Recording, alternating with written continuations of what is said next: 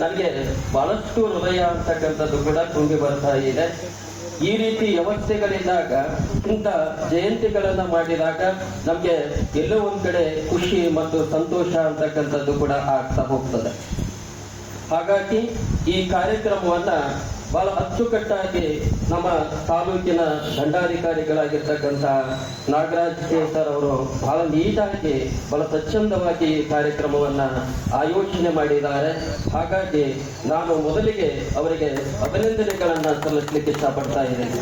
ಯಾಕಂದ್ರೆ ಕಳೆದ 2-3 ವರ್ಷಗಳ ಕಾಲ ನಾನು ಬರ್ತಾ ಇದ್ದೇನೆ, ನೋಡ್ತಾ ಇದ್ದೇನೆ. ನೋಡಿದಾಗ ಆ ವ್ಯವಸ್ಥೆಗಳನ್ನ ಮೀರಿ ಇವತ್ತು ಈ ಕಾರ್ಯಕ್ರಮ ಜರುಗ್ತಾ ಇದೆ. ಅದು ತುಂಬಾ ಖುಷಿ ಆಗ್ತಾ ಇದೆ ಮತ್ತು ಸಂತೋಷವೂ ಕೂಡ ಆಗ್ತಾ ಇದೆ ಅನ್ನುವಂಥದ್ದು. ಅದರ ಆಚೆಗೆ ಬಹಳ ವಿಶೇಷವಾಗಿ ನಮ್ಮ ಸಂಸ್ಥೆಯ ಸೋಮನಕಟ್ಟಿ ಸರ್ ಕೂಡ ಇದ್ದಾರೆ. ಆ ಸೋಮನಕಟ್ಟಿ ಸರ್ ಅವರು ಕೂಡ ನಾನು ನೋಡಿದ ಕೂಡಲೇ ನನಗೆ ಹೃದಯ ಅಂತಕ್ಕಂಥದ್ದು ಕೂಡ ತುಂಬಿ ಬರ್ತಾ ಇದೆ. ಹಾಗಾಗಿ ಅವರಿಗೂ ಕೂಡ ನಾನು ಮೊದಲಿಗೆ ಅಭಿನಂದನೆಗಳನ್ನ ಸಲ್ಲಿಸಿ, ವೇದಿಕೆ ಮೇಲೆ ಆಸೀನರಾಗಿರ್ತಕ್ಕಂಥ ವಿವಿಧ ಇಲಾಖೆಯ ಎಲ್ಲ ಮುಖ್ಯಸ್ಥರುಗಳಿಗೆ, ಹಾಗೆ ಬಹಳ ವಿಶೇಷವಾಗಿ ನನ್ನ ಎಲ್ಲ ದಲಿತ ಮುಖಂಡರಿಗೆ ಮತ್ತು ಪತ್ರಕರ್ತರಿಗೆ, ಇಲ್ಲಿ ಸೇರಿರ್ತಕ್ಕಂಥ ಎಲ್ಲ ಮನಸ್ಸುಗಳಿಗೆ ಡಾಕ್ಟರ್ BR ಅಂಬೇಡ್ಕರ್ ಅವರ 135ನೇ ಜಯಂತಿಯ ಹಾಗೂ ಬಹಳ ವಿಶೇಷವಾಗಿ ಬಾಬು ಜಗಜೀವನರಾಮ್ ಅವರ 119ನೇ ಜಯಂತಿಯ ಶುಭಾಶಯಗಳನ್ನ ಎಲ್ಲಾ ಮನಸ್ಸುಗಳಿಗೆ ಕೂಡ ನಾನು ಹೇಳ್ತಾ ಇದ್ದೇನೆ. ಕಳೆದ 3 ವರ್ಷಗಳಿಂದ ನಾನು ಬಾಬು ಜಗಜೀವನರಾಮ್ ಅವರ ಬಗ್ಗೆ ಮಾತನಾಡ್ತಾ ಬರ್ತಾ ಇದ್ದೇನೆ. ಆದ್ರೆ ಆ ಎಲ್ಲ ವಿಚಾರಧಾರೆಗಳನ್ನ ಬಿಟ್ಟು ಸ್ವಲ್ಪ ವಿಭಿನ್ನವಾಗಿ ವಿಶೇಷವಾಗಿ ಮಾತನಾಡಬೇಕು ಅನ್ನುವಂತ ಉದ್ದೇಶವನ್ನ ನಾನು ಇಟ್ಕೊಂಡು ಬಂದಿದ್ದೇನೆ. ಯಾಕೆ ಈ ಮಾತುಗಳನ್ನ ಹೇಳ್ತಾ ಇದ್ದೇನೆ ಅಂದ್ರೆ, ಇವತ್ತಿನ ಜಗತ್ತನ್ನ, ಇವತ್ತಿನ ಪ್ರಪಂಚವನ್ನ ನಾವು ಸೂಕ್ಷ್ಮವಾಗಿ ಅವಲೋಕನ ಮಾಡಿದಾಗ ಮೊದಲು ನಮ್ಮ ಅಂಬೇಡ್ಕರ್ ಅವರು ಒಂದು ಮಾತನ್ನ ಹೇಳ್ತಾ ಇದ್ದಾರೆ. ಆ ಮಾತನ್ನ ಹೇಳಿ ನಾನು ಬಾಬು ಜಗಜೀವನರಾಮ್ ಅವರ ಮಾತುಗಳಿಗೆ ಬರ್ತಾ ಹೋಗ್ತೀನಿ. ಮೊದಲು ಶಿಕ್ಷಣವಂತರಾಗ್ರಿ, ಒಳ್ಳೆ ಸಂಘಟನೆಯನ್ನಾಗ್ರಿ, ಒಳ್ಳೆಯ ದುಡಿಮೆಯನ್ನ ಮಾಡಿ ಅನ್ನುವಂತ ಮಾತುಗಳನ್ನ ಹೇಳ್ತಾ ಹೋಗ್ತಾರೆ. ನಾವು ಒಳ್ಳೆ ರೀತಿ ಶಿಕ್ಷಣವನ್ನ ಪಡೆದಾಗ, ಒಳ್ಳೆ ರೀತಿಯಲ್ಲಿ ಸಂಘಟನೆಯನ್ನ ಮಾಡಿದಾಗ, ಒಳ್ಳೆ ರೀತಿ ದುಡಿಮೆಯನ್ನ ಮಾಡಿದಾಗ ನಾವು ಪ್ರಗತಿಯನ್ನ ಕಾಣಲಿಕ್ಕೆ ಸಾಧ್ಯ ಅಂತಕ್ಕಂಥದ್ದು ಕೂಡ ಇರ್ತದೆ. ಅದು ನಾವು ಸೂಕ್ಷ್ಮವಾಗಿರ್ತಕ್ಕಂಥ ಒಂದು ಪೀಠಿಕೆಯನ್ನ ಹಾಕಿಕೊಂಡು ಅದರ ಆಚೆಗೆ ನಮ್ಮ ಬಾಬು ಜಗಜೀವನರಾಮ್ ಅವರ ಬಗ್ಗೆ ನಾನು ಮಾತನಾಡಲಿಕ್ಕೆ ಮುಂದಾಗ್ತಾ ಹೋಗ್ತೇನೆ. ನಮ್ಮ ಬಾಬು ಜಗಜೀವನರಾಮ್ ಅವರ ಒಂದು ಚರಿತ್ರೆಯನ್ನ ಸೂಕ್ಷ್ಮವಾಗಿ ಅವಲೋಕನ ಮಾಡಿಕೊಂಡಾಗ, ಬಿಹಾರದ ಏನು ಚಾಂದ್ವಾ ನಗರದಲ್ಲಿ ನಮ್ಮ ಬಾಬು ಜಗಜೀವನರಾಮ್ ಅವರು ಏನು 1908 ಏಪ್ರಿಲ್ 5ರಂದು ಜನನವಾಗ್ತಾ ಹೋಗ್ತದೆ. ಅವರ ತಂದೆಯ ಹೆಸರು ಸೋಬಿರಾಜ, ಅವರ ತಾಯಿ ಹೆಸರು ವಸಂತ ದೇವಿ ಅಂತಕ್ಕಂಥದ್ದು. ಅವರ ಉದರದಲ್ಲಿ ಅವರು ಜನಿಸಿ ಬಂದ ನಂತರ ಪ್ರಾಥಮಿಕ ವಿದ್ಯಾಭ್ಯಾಸವನ್ನ ಮುಗಿಸಿಕೊಳ್ಳುವಂತ ಸಂದರ್ಭದೊಳಗ ಅದರ ಆಚೆಗೆ ತಂದೆಯ ಪುರಸ್ಕಾರಗಳನ್ನ, ತಂದೆಯ ಮಾತುಗಳನ್ನ, ಆದರ್ಶಗಳನ್ನ ನಾವು ಸೂಕ್ಷ್ಮವಾಗಿ ಗಮನಿಸಿರುವಂತಹ ಸಂದರ್ಭದೊಳಗ ನಮ್ಮ ಸೋಬಿರಾಯರು ನಮ್ಮ ಏನು ಬಾಬು ಜಗಜೀವನರಾಮ್ ಅವರಿಗೆ ಬಾಲ್ಯದಲ್ಲಿ ರಾಮಾಯಣ, ಮಹಾಭಾರತ, ಉಪನ್ಯಾಸತ್ವ, ಶಿವನ ಆರಾಧನೆ ಎಲ್ಲ ತತ್ವಗಳನ್ನ ಏನು ಬಾಬು ಜಗಜೀವನರಾಮ್ ಅವರಿಗೆ ಕಲಿಸಿಕೊಡ್ತಾ ಇದ್ರು. ಯಾಕೆ ಕಲಿಸಿಕೊಡ್ತಾ ಇದ್ರು ಅಂದ್ರೆ, ಈ ಜಗತ್ತಿನ ಒಳಗಡೆ ನಾವು ಆದರ್ಶಮಯವಾಗಿ ಬದುಕನ್ನು ಕಟ್ಕೋಬೇಕು ಅನ್ನುವಂಥದ್ದು.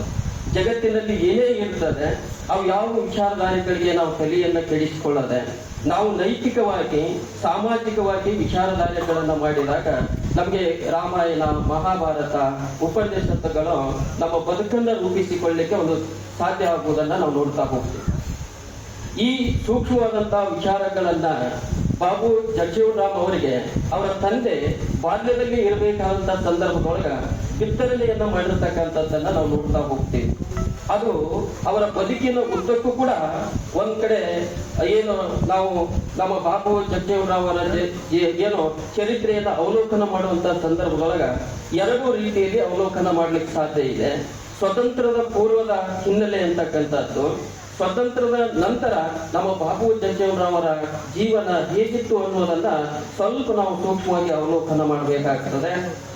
ಅವರು ಪ್ರಾಥಮಿಕ ಶಾಲೆಯನ್ನ ಮುಗಿಸ್ಕೊಂಡ ನಂತರ ಅವರು ಮತ್ತೆ ಆರಾಪಟ್ಟಣದೊಳಗ ವಿದ್ಯಾಭ್ಯಾಸವನ್ನ ಮಾಡಬೇಕಾದಂತ ಸಂದರ್ಭದೊಳಗ ಅವರಿಗೆ ಬಾಲ್ಯ ಇರಬೇಕಾದಂತ ಸಂದರ್ಭದೊಳಗನ ಜಾತಿ ವ್ಯವಸ್ಥೆಯ ನೋವು ಅವರನ್ನ ಕಾಡ್ತಾ ಹೋಗ್ತದೆ. ಅಲ್ಲಿ ಹೈಸ್ಕೂಲ್ ಶಾಲೆಯಲ್ಲಿ ಓದ್ಬೇಕಾದಂತ ಸಂದರ್ಭದೊಳಗ ಅಲ್ಲಿರ್ತಕ್ಕಂಥ ಪ್ರಾಂಶುಪಾಲರು ಮುಸ್ಲಿಮರಿಗೆ ಒಂದು ಮಡಿಕೆಯನ್ನು ಇಡ್ತಕ್ಕಂಥದ್ದು ಮತ್ತು ಮೇಲ್ವರ್ಗದ ವಿದ್ಯಾರ್ಥಿಗಳಿಗೆ ಒಂದು ಮಡಿಕೆಯನ್ನ ಇಟ್ಟು ಏನು ಕುಡಿಯುವ ನೀರಿನ ವ್ಯವಸ್ಥೆಯನ್ನ ಮಾಡ್ತಾ ಇರ್ತಾರೆ. ಆದ್ರೆ ಬಾಬು ಜಗಜೀವನ್ ರಾಮ್ ಅವರಿಗೆ ಆ ವ್ಯವಸ್ಥೆಯ ವಿರುದ್ಧವಾಗಿ ಪ್ರತಿಭಟಿಸಬೇಕು ಅನ್ನುವಂತ ಒಂದು ದೃಷ್ಟಿಕೋನ ಅವರು ವಿದ್ಯಾರ್ಥಿಯ ದಿಸೆ ಇದ್ದಂತ ಸಂದರ್ಭದೊಳಗ ಅವರಿಗೆ ಕಲ್ಪನೆ ಅಂತಕ್ಕಂಥದ್ದು ಕೂಡ ಬರ್ತದೆ. ಅವರು ಪ್ರತಿ ಸಲ ನೀರು ಕುಡ್ಲಿಕ್ಕೆ ಹೋದಂತ ಸಂದರ್ಭದೊಳಗ ಅಲ್ಲಿರ್ತಕ್ಕಂಥ ಮಡಿಕೆಯನ್ನ ಒಡೆಯುವ ಕಾಯಕವನ್ನ ಮಾಡ್ತಾ ಹೋಗ್ತಾರೆ. ಅವರು ಮುಟ್ಟಿದಂತ ಸಂದರ್ಭದೊಳಗ ಅಲ್ಲಿರ್ತಕ್ಕಂಥ ವಿದ್ಯಾರ್ಥಿಗಳು ಪ್ರಾಂಶುಪಾಲರಿಗೆ ಹೋಗಿ ದಲಿತ ಕೇರಿಯ ಒಬ್ಬ ವಿದ್ಯಾರ್ಥಿ ನಾವು ಕುಡಿಯುವಂತ ನೀರಿನ ಮಡಿಕೆ ಒಳಗ ನೀರನ್ನ ಕುಡಿದಿದ್ದಾನೆ, ಇದು ಮೈಲಿಗೆ ಹಾಕಿದೆ, ಇದರೊಳಗಿನ ನೀರನ್ನ ನಾವು ಕುಡಿಯುವುದಿಲ್ಲ ಅಂತೇಳಿ ಪ್ರತಿಭಟಿಸುವುದರ ಜೊತೆಗೆ ಆ ತಂದೆ ತಾಯಿಗಳಿಗೆ ಆ ವಿಷಯವನ್ನ ಮುಟ್ಟಿಸಿದಂತ ಸಂದರ್ಭದೊಳಗ ತಂದೆ ತಾಯಿಗಳು ಬಂದು ಪ್ರಾಂಶುಪಾಲರಲ್ಲಿ ಆಪಾದನೆಯನ್ನ ಮಾಡ್ಲಿಕ್ಕೆ ಇಷ್ಟಪಡ್ತಾ ಹೋಗ್ತಾರೆ. ಆಪಾದನೆಯನ್ನ ಮಾಡಿದಂತಹ ಸಂದರ್ಭದೊಳಗ ಅವರು ಪ್ರಾಂಶುಪಾಲರು ಇಲ್ಲ, ಈ ಹುಡುಗನಿಗೆ ಯಾಕೆ ಪ್ರತ್ಯೇಕವಾಗಿರ್ತಕ್ಕಂಥ ಒಂದು ಮಡಿಕೆ ವ್ಯವಸ್ಥೆಯನ್ನ ಮಾಡೋನು. ಆ ಮಡಿಕೆ ಪ್ರತ್ಯೇಕವಾಗಿರ್ತಕ್ಕಂಥ ವ್ಯವಸ್ಥೆಯನ್ನ ಮಾಡಿದಾಗ ಇವರಿಗೆ ಸಿಟ್ಟು, ಕೋಪ, ಆವೇಶ ಎಲ್ಲವೂ ಬಂದು ಆ ಮಡಿಕೆಯನ್ನ ಹೊಡಿತಾ ಹೋಗ್ತಾರೆ. ಹೀಗೆ ಒಂದು 3 ಮಡಿಕೆಗಳನ್ನ ಒಡೆದ ನಂತರ ಪ್ರಾಂಶುಪಾಲರಿಗೆ ಅರಿವಾಗ್ತಾ ಇದೆ, ಜ್ಞಾನೋದಯ ಆಗ್ತಾ ಹೋಗ್ತದೆ. ಇನ್ನ ಈ ಹುಡುಗ ನಾನು ಸುಮ್ಮನೆ ಬಿಟ್ರೆ ಅನೇಕ ಸಮಸ್ಯೆಗಳನ್ನ ಮಾಡ್ತಾನೆ, ತೊಂದರೆಯನ್ನ ಮಾಡ್ತಾ ಹೋಗ್ತಾನೆ, ಇವನಲ್ಲಿ ಏನೋ ಒಂದು ವೈಚಾರಿಕವಾಗಿರ್ತಕ್ಕಂಥ ನೆಲೆ ಬೆಳೆದಿದೆ, ಒಂದು ಜ್ಞಾನೋದಯ ಬೆಳೆದಿದೆ, ಇಲ್ಲ ಅದು ಹಂಗೆ ಮಾಡ್ಲಿಕ್ಕೆ ಬರುವುದಿಲ್ಲ, ಅವನಿಗೂ ಕೂಡ ಜನಸಾಮಾನ್ಯರು ಕುಡಿಯುವಂತ ನೀರಿನೊಳಗಡೆ ಅವನಿಗೆ ನೀರಿನ ವ್ಯವಸ್ಥೆಯನ್ನು ಕೂಡ ಆ ಪ್ರಾಂಶುಪಾಲರು ಮಾಡಿ ಕೊಡುವುದನ್ನು ನಾವು ನೋಡ್ತಾ ಹೋಗ್ತೇವೆ. ಅದರ ಆಚೆಗೆ ಒಂದು ಸಣ್ಣ ವಿಚಾರಧಾರೆಗಳನ್ನ ನಾನು ಹೇಳಲಿಕ್ಕೆ ಇಷ್ಟಪಡ್ತೇನೆ. ಆತ SSLC ಒಳಗಡೆ ಗಣಿತ ವಿಷಯದೊಳಗ ಏನು ಆ ಜಿಲ್ಲೆಗೆ ಪ್ರಥಮ ಬಂದಂತ ಸಂದರ್ಭದೊಳಗ ಅಲ್ಲಿಯೂ ಕೂಡ ಏನು ಮೇಲ್ವರ್ಗದ ಮನಸ್ಸುಗಳು ಚಿಂತನೆಯನ್ನ ಮಾಡ್ತಾ ಹೋಗ್ತಾರೆ. ಒಬ್ಬ ದಲಿತ ಹುಡುಗ ಒಂದು ಜಿಲ್ಲೆಗೆ ಏನು ಪ್ರಥಮ ರ್ಯಾಂಕ್ ಅನ್ನು ತಗೊಂಡಾಗ ಇದು ಅಸಾಧ್ಯವಾದ ಮಾತು ಅನ್ನುವಂತ ಮಾತುಗಳನ್ನ ಹೇಳ್ತಾ ಹೋಗ್ತಾರೆ. ಆದ್ರೆ ಯಾವುದು ಕೂಡ ನಮ್ಮ ಬಾಬು ಜಗಜೀವನ್ ರಾಮ್ ಅವರು ವಿಚಾರಿಸದೆ ಏನು ಅಂದದ್ದಾಗ್ಲಿ, ನನ್ನ ಓದುಗಾರಿಕೆ ಚೆನ್ನಾಗಿರ್ಬೇಕು, ನನ್ನ ಬರಹಗಳು ಚೆನ್ನಾಗಿರ್ಬೇಕು, ನನ್ನ ಚಿಂತನೆಗಳು ಚೆನ್ನಾಗಿದ್ರೆ ನಾನು ಮುಂದೆ ಅದ್ಭುತವಾಗಿರ್ತಕ್ಕಂಥ ಬದುಕನ್ನ ಕಟ್ಕೋಬಹುದಲ್ಲ ಅನ್ನುವಂತ ವಿಚಾರಧಾರೆಗಳನ್ನ ಇಟ್ಕೊಂಡು ಅದೇ ಸಂದರ್ಭ ಅನುಗುಣವಾಗಿ ಏನು ಮದನ್ ಮೋಹನ್ ಮಾಲ್ವಿಯಾ ಅನ್ನುವಂಥವ್ರು ಆ ಸ್ಕೂಲಿಗೆ ಭೇಟಿಯನ್ನ ಕೊಟ್ಟಂತ ಸಂದರ್ಭದೊಳಗ ಏನು ನಮ್ಮ ಬಾಬು ಜಗಜೀವನ್ ರಾಮ್ ಅವರು ಒಂದು ಅದ್ಭುತವಾಗಿರ್ತಕ್ಕಂಥ ಉಪನ್ಯಾಸವನ್ನ ಮಾಡ್ತಾ ಹೋಗ್ತಾರೆ, ಏನು ಮಾತುಗಾರಿಕೆಯನ್ನ ಮಾಡ್ತಾ ಹೋಗ್ತಾರೆ. ಆ ಮಾತುಗಾರಿಕೆಗೆ ಮದನ್ ಮೋಹನ್ ಮಾಲ್ವಿಯಾ ಅವರು ಸೋತು ಆಚೆ ಹೋಗುವುದನ್ನ ನಾವು ನೋಡ್ತಾ ಹೋಗ್ತೇವೆ. ಅವರು ಇವನಲ್ಲಿರ್ತಕ್ಕಂಥ ಪ್ರತಿಭೆಯನ್ನ ಕಂಡಂತ ಸಂದರ್ಭದೊಳಗ ಮದನ್ ಮೋಹನ್ ಮಾಲ್ವಿಯಾ ಅವರು ಇವರಿಗೆ ನಮ್ಮ ಬಾಬು ಜಗಜೀವನ್ ರಾವ್ ಅವರಿಗೆ ಒಂದು ಭರವಸೆಯನ್ನ ಕೊಡ್ತಾ ಹೋಗ್ತಾರೆ. ಏನ್ ಭರವಸೆಯನ್ನ ಕೊಡ್ತಾ ಹೋಗ್ತಾರಪ್ಪ ಅಂತಂದ್ರೆ, ನಿನ್ನ ಮುಂದಿನ ಉನ್ನತ ವ್ಯಾಸಂಗಕ್ಕೆ ನಾನು ಖಂಡಿತವಾಗಿ ಸಹಾಯವನ್ನ ಮಾಡ್ತೇನೆ, ಆ ಸಹಾಯವನ್ನ ನೀನು ಪಡ್ಕೋಬೇಕು ಅನ್ನುವಂತ ಮಾತುಗಳನ್ನ ಕೊಟ್ಟಾಗ ಅವರ ಮಾತಿನ ಅನುಗ್ರಹವಾಗಿ ನಮ್ಮ ಬಾಬು ಜಗಜೀವನ್ ರಾವ್ ಅವರು ಬನಾರಸದ ಹಿಂದೂ ವಿಶ್ವವಿದ್ಯಾಲಯಕ್ಕೆ ಉನ್ನತ ವ್ಯಾಸಂಗವನ್ನ ಮಾಡ್ಲಿಕ್ಕೆ ಹೋಗ್ತಾರೆ.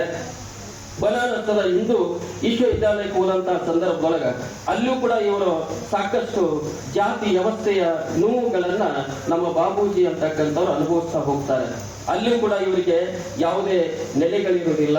ಆ ಎಲ್ಲ ನೆಲೆಗಳನ್ನ ಸೃಷ್ಟಿ ಮಾಡಿಕೊಂಡು ರಚನೆ ಮಾಡಿಕೊಂಡು ಮತ್ತೆ ಅವರು ಕಲ್ಕತ್ತಾ ವಿಶ್ವವಿದ್ಯಾಲಯದಲ್ಲಿ BSc ಮಾಡಲಿಕ್ಕೆ ಮುಂದಾಗ್ತಾ ಹೋಗ್ತಾರೆ.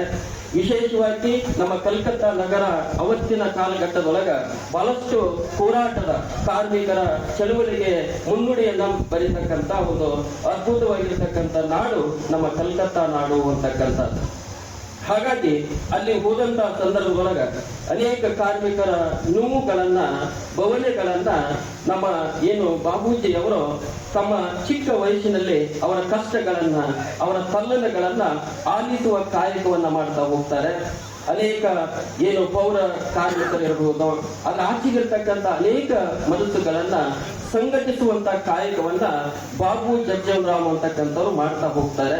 ಅದೇ ಸಂದರ್ಭ ಅನುಗುಣವಾಗಿ ಏನು ನಮ್ಮ ಜವಾಹರ್ಲಾಲ್ ನೆಹರು ಅಂತಕ್ಕಂಥವ್ರು ಇರ್ಬೋದು, ರಾಜೇಂದ್ರ ಪ್ರಸಾದ್ ಅಂತಕ್ಕಂಥವ್ರು ಇರ್ಬೋದು, ಅದ್ರ ಆಚೆಗೆ ಬೇರೆ ಬೇರೆ ದೊಡ್ಡ ಏನು ಮನಸ್ಸು ಮತ್ತು ಹೃದಯಗಳು ಇವು ನಮ್ಮ ಬಾಬು ಜಗಜೀವನರಾಮನಲ್ಲಿ ಇರ್ತಕ್ಕಂಥ ಸಂಘಟನಾ ಚತುರತೆಯನ್ನ ಗಮನಿಸಿದಂತ ಸಂದರ್ಭದೊಳಗ ಅವನಲ್ಲಿರ್ತಕ್ಕಂಥ ಪ್ರತಿಭೆಯನ್ನ ಗುರುತಿಸಿ ಅವನಿಗೆ ಏನು ಒಂದು ರಾಜಕೀಯ ಪ್ರವೇಶಿಕೆ ಅನ್ನುವಂಥದ್ದು ಕೂಡ ಅವತ್ತಿನ ಕಾಲದಲ್ಲಿ ಅವರಿಗೆ ಅವಕಾಶಗಳನ್ನ ಕೊಡುವುದನ್ನ ಮಾಡ್ತಾ ಹೋಗ್ತಾರೆ.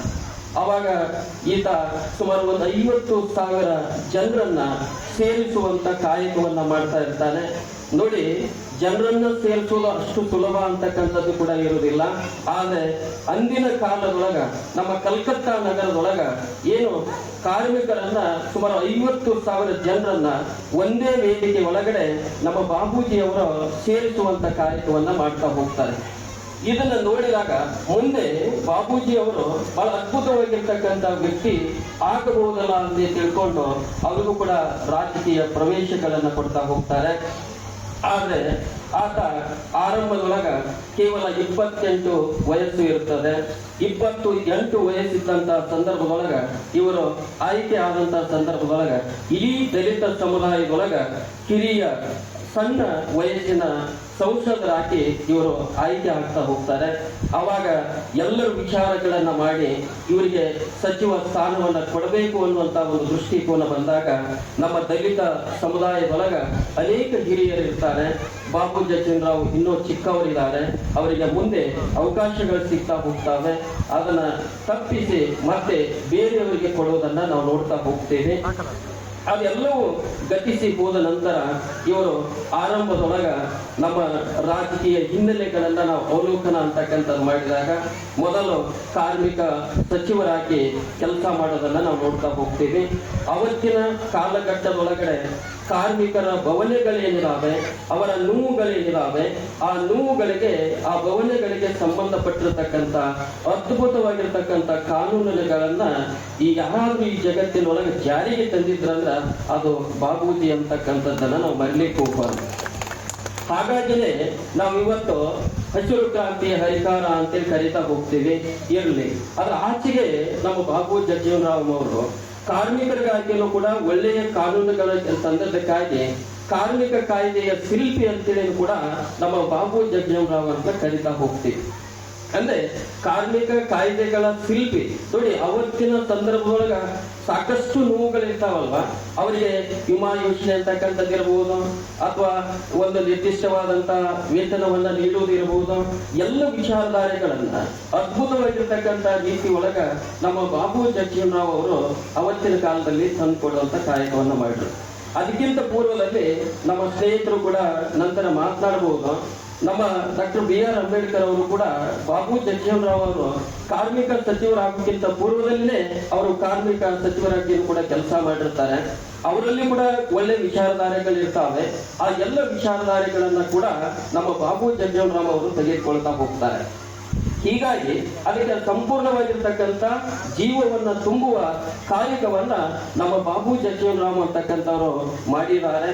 ಅದರ ಆಚೆಗೆ ನಾವು ಸೂಕ್ಷ್ಮವಾಗಿ ಅವಲೋಕನ ಮಾಡಿದಾಗ ರೈಲ್ವೆ ಇಲಾಖೆ ಇರಬಹುದು, ಸಾರಿಗೆ ಸಂಪರ್ಕ ಇಲಾಖೆ ಇರಬಹುದು, ಕೃಷಿ ಇಲಾಖೆ ಇರಬಹುದು, ಎಲ್ಲ ಇಲಾಖೆ ಒಳಗ ಬಹಳ ಸಮರ್ಥವಾಗಿ ನ್ಯಾಯವನ್ನ ಒದಗಿಸಿರ್ತಕ್ಕಂಥ ಮಹಾನ್ ಮೇಧಾವಿ ನಮ್ಮ ಬಾಬು ಜಗಜೀವನರಾವ್ ಅವರು.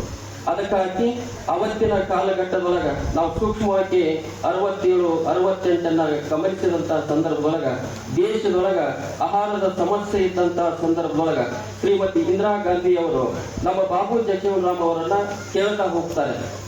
ಅಂದ್ರೆ ಈಗಾಗಲೇ ಅನೇಕ ಇಲಾಖೆಗಳನ್ನ ಬಹಳ ಸಮರ್ಥವಾಗಿ ನಿರ್ವಹಿಸಿ ನ್ಯಾಯವನ್ನು ಒದಗಿಸಿಕೊಟ್ಟಿರ್ತಕ್ಕಂಥ ಮಹಾನ್ ಮೇಧಾವಿ ಯಾರಂದ್ರೆ ಅದು ಬಾಬು ಜಗಜೀವನರಾವ್.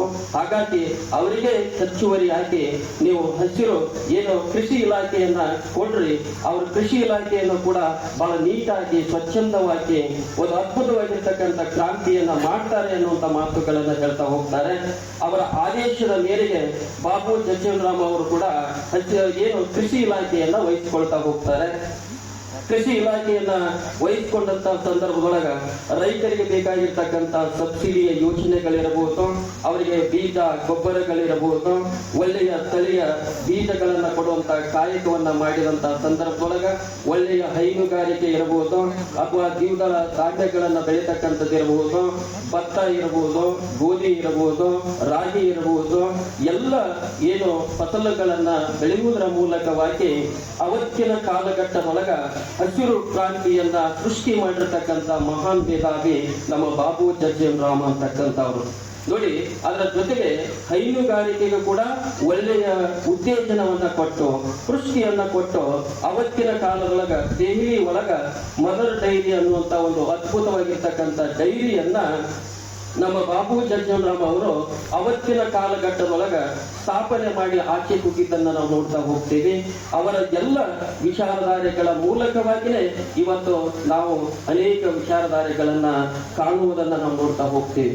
ಅದರ ಆಚೆಗೆ 69ರ ಕಾಲಘಟ್ಟವನ್ನ ಸೂಕ್ಷ್ಮವಾಗಿ ನಾವು ಅವಲೋಕನ ಮಾಡಿದಾಗ ಅವತ್ತು ಕಾಂಗ್ರೆಸ್ನಲ್ಲಿ ಅನೇಕ ಸಮಸ್ಯೆಗಳಿದ್ದು ಕಾಂಗ್ರೆಸ್ ಇಬ್ಬಾಗುವಂತ ಸಂದರ್ಭ ಇತ್ತು.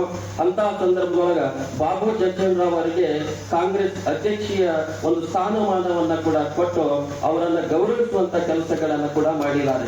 ನಾವೆಲ್ಲ ಸೂಕ್ಷ್ಮವಾಗಿ ವಿಚಾರಗಳನ್ನ ಮಾಡಿದಂತ ಸಂದರ್ಭದೊಳಗ ಎಲ್ಲವೂ ನಮ್ಗೆ ನೆನಪಿಗೆ ಮತ್ತು ಮಾಡಿಕೊಳ್ಳುವಂತ ಸಂದರ್ಭ ಅಂತಕ್ಕಂಥದ್ದು ಇರುತ್ತದೆ. ಅದನ್ನ ಗಮನಿಸಿದಂತ ಸಂದರ್ಭದೊಳಗ ಆ ರಕ್ಷಾ ಖಾತೆಯ ಸಚಿವರಾಗಿಯೂ ಕೂಡ ಬಹಳ ಅಮೋಘವಾಗಿರ್ತಕ್ಕಂಥ ಕಾರ್ಯವನ್ನ ಬಾಬು ಜಗಜೀವನರಾಮ್ ಅಂತಕ್ಕಂಥವ್ರು ಕೂಡ ಮಾಡಿದ್ದಾರೆ. ನೋಡಿ, ಅವತ್ತಿನ ಸಂದರ್ಭದೊಳಗ ಭಾರತ ಮತ್ತು ಪಾಕಿಸ್ತಾನ ಯುದ್ಧ ನಡೆದಂತ ಸಂದರ್ಭದೊಳಗ ನಾವು ಎಲ್ಲೋ ಒಂದ್ ಕಡೆ ಜಯಶಾಲಿ ಆಗುವುದರ ಜೊತೆಗೆ ಒಂದು ಬಾಂಗ್ಲಾದೇಶದ ಉದಯಕ್ಕೆ ನಮ್ಮ ಬಾಬು ಜಗಜೀವನರಾಮ್ ಅವರು ಕೂಡ ಕಾರಣರಾಗ್ತಾ ಹೋಗ್ತಾರೆ. ನಾವೆಲ್ಲವೂ ಸೂಕ್ಷ್ಮವಾಗಿ ಚಿಂತನೆಯನ್ನ ಮಾಡಿದಂತ ಸಂದರ್ಭದೊಳಗ ಈ ಎಲ್ಲ ವಿಚಾರಧಾರೆಗಳು ಕೂಡ ನಮ್ಗೆ ಗೊತ್ತಾಗ್ಲಿಕ್ಕೆ ಸಾಧ್ಯ ಅಂತಕ್ಕಂಥದ್ದು ಕೂಡ ಇರ್ತದೆ. ಅದ್ರ ಆಚೆಗೆ ಅನೇಕ ಇಲಾಖೆಗಳ ಜೊತೆಗೆ ಒಳ್ಳೆಯ ಕಾಯಕವನ್ನ ಮಾಡಿ ತದನ